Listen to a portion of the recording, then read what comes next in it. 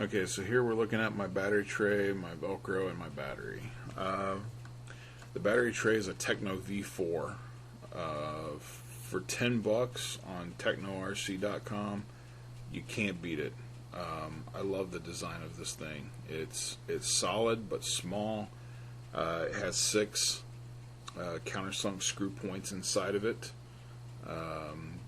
They also make a V3. It takes up a little bit more of it has a little bit bigger footprint because the mounting holes are on the outside, and I believe there's only 4 instead of 6. It just doesn't look quite as sturdy to me, and has just a slightly bigger footprint. So for my money, much rather have the V4. I want to say the V3 doesn't have the lengthways hole for the Velcro also, but I could be mistaken. At any rate, the Velcro is the self-adhering Velcro. I got it off of Amazon.com. Very cheap, big roll. I don't know, like 15 foot or something like that. I can't remember what I paid for it. $5, $6, $7. Not very expensive at all, and it holds really well. So recommend that. The Gens Ace batteries, it's a 5,000 milliamp hour 40C battery, hard case. Comes from the hobbyparts.com. That's hobby parts with a Z. Don't have a lot of experience with LiPo batteries yet, but I get a very good impression from these, what little bit I've used them. And I've read several good reviews on them. And on top of that, Jang from ultimaterc.com, most of you guys are familiar with his stuff, his reviews or whatever. He did a review of Gens Ace, Zippies, Turnigies, and 2 other brands that I can't remember off the top of my head. He ran them in I believe it was a short course truck of some sort, with Novak's version of like the Eagle Tree sensor system. I forget what Novak calls their sensor system, but at any rate, the Gens Ace came out on top in just about every respect. And the other thing I like about Gens Ace and the hobby parts in general is their tech support and their customer service is actually fairly decent. The only thing that sucks about it is it takes forever to get a hold of them. You will be on, if you have to call them, you will be on hold for a very long time, probably 30 to 45 minutes. However, the couple of times I've had to call them, most of the time they were very helpful. The thing that I kind of like about these, not only to do, at least according to Jang, not only do the Gens Ace outperform the Zippies and the Turnigies, but when you consider the fact that hobbyparts.com, you get free shipping for any orders over $50, and you can find the Gens Ace on sale quite often. And when you compare, if you can find them on sale and you're ordering $50 or more worth of LiPos, which is easy to do, when you consider the fact that it's free shipping, you can get these for almost the same price as the Turnigies and the Zippies. They are just a little bit more expensive, but they're hard pack, and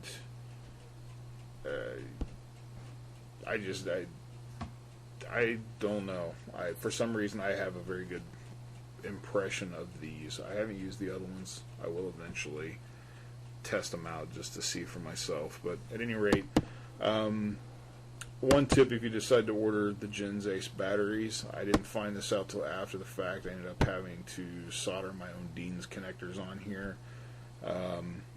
By default, I believe they come with 4mm banana connectors.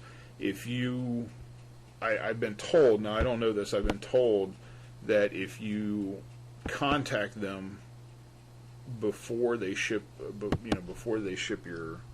your order, you can actually get them to send you the batteries with the Dean connectors already on them, they'll put them on there themselves,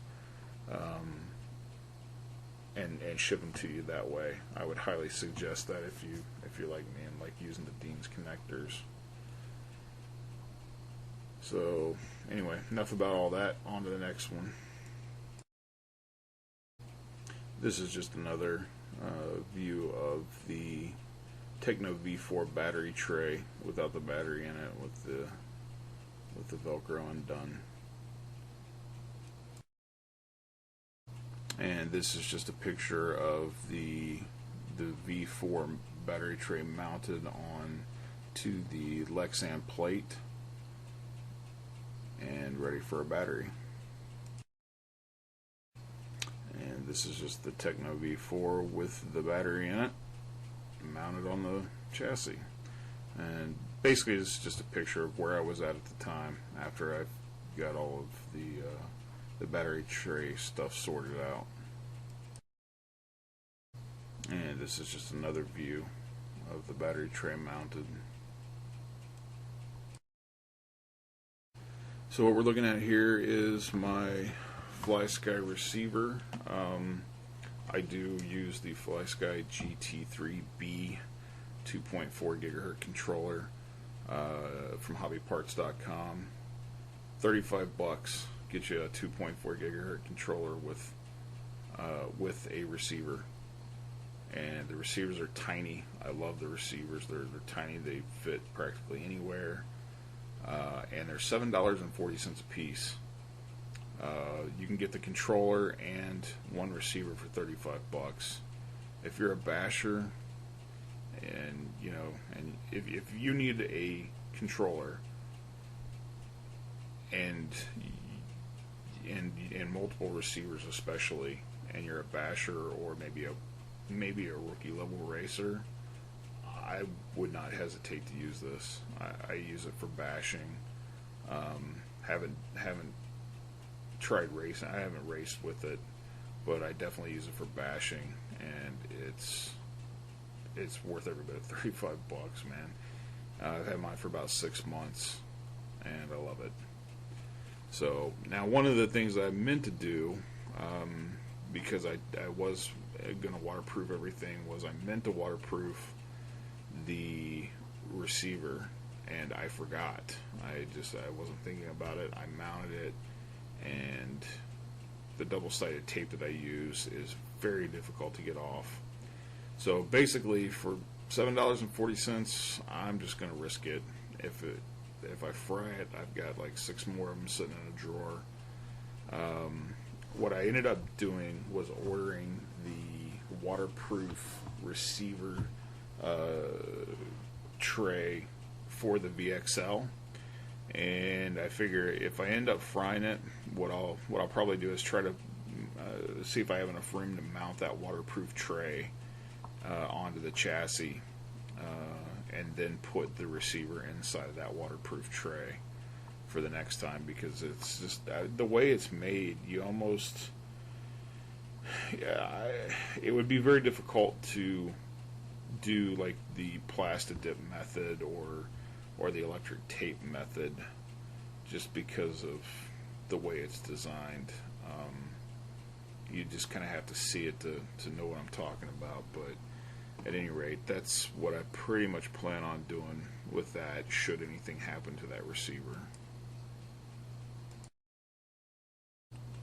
And again, just another quick shot of where I was at the moment, at that period in time with the build.